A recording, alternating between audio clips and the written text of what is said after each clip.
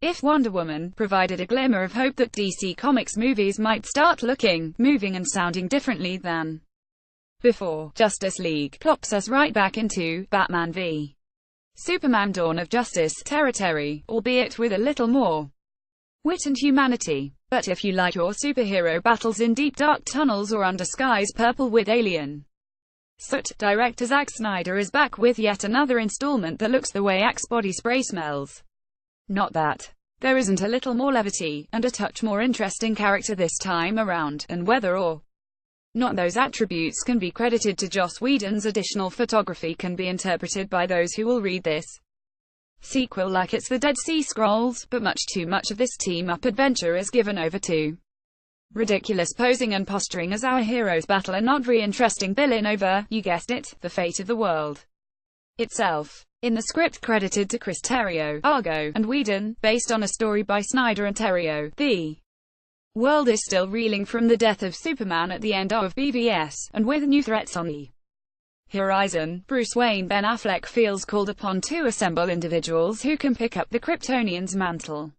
He's already in touch with Princess Diana of Themyscira, aka Wonder Woman Gal Gadot, of course.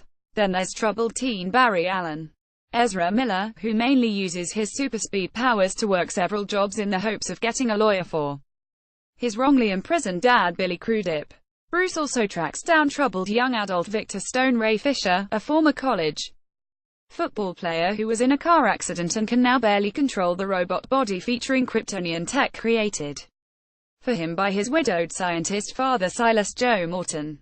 There's also Arthur Curry Jason Momoa, the king of the seas. Bruce tracks him to an Icelandic village, but the Aquaman, at first, has no interest in meddling with landlocked affairs. That all changes when Steppenwolf, voiced by Kieran Hines, shows up. The alien has some nefarious plans that call for 3 mother boxes, devices so powerful that putting them together would destroy all life on the planet. Ages ago, they were divided up. One went on to Themyscira, one to Aquaman's domain of Atlantis, and one was hidden by humanity. Steppenwolf's shopping spree is over before you know it, and it's soon evident that even this team of heroes isn't going to be enough to stop him.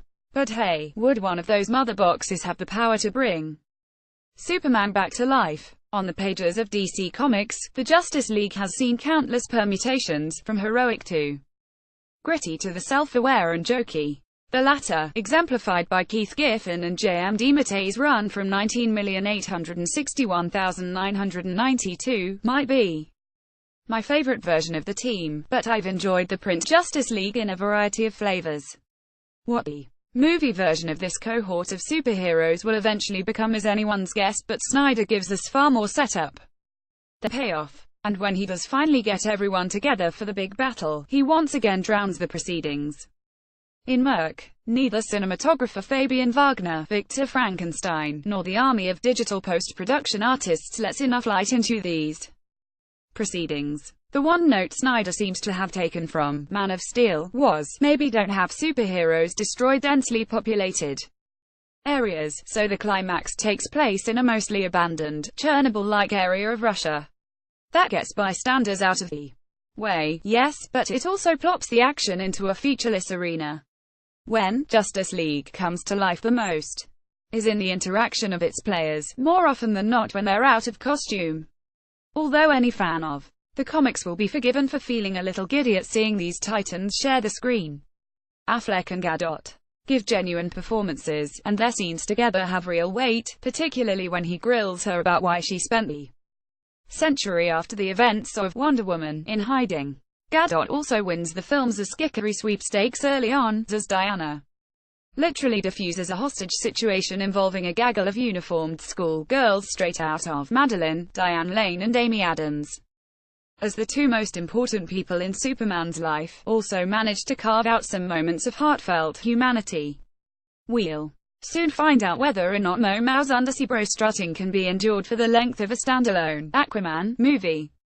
And if Miller wants to be the comedy relief of this franchise, he might consider bringing the mugging and the double takes down from a 9 to a 6. Meanwhile, who is Steppenwolf? And why should we care? And who is Victor Stone, who will eventually become known as Cyborg, as a human being, let alone as a half-robot? Superhero. The screenplay breezes along as though these questions had been addressed, let alone answered. And giving Joe Morton the line, "I'll never tell you," in response to Steppenwolf's demand for the location of the mother box plays like a scene from a film about a great actor who gets stuck playing a thankless role in a ridiculous movie. Warner Brothers doesn't seem to have settled on a consistent tone, or even a range of tones, for their superhero epics in the way that their distinguished competition at Marvel has, but what works here comes very close to overpowering all the things that don't. Believe the rumors about Henry Cavill's badly digitally hidden mustache, though. Justice League may not represent the alchemic assemblage that The Avengers was, but now that these super not-Keat friends have saved their universe, they might eventually rescue their cinematic one as well.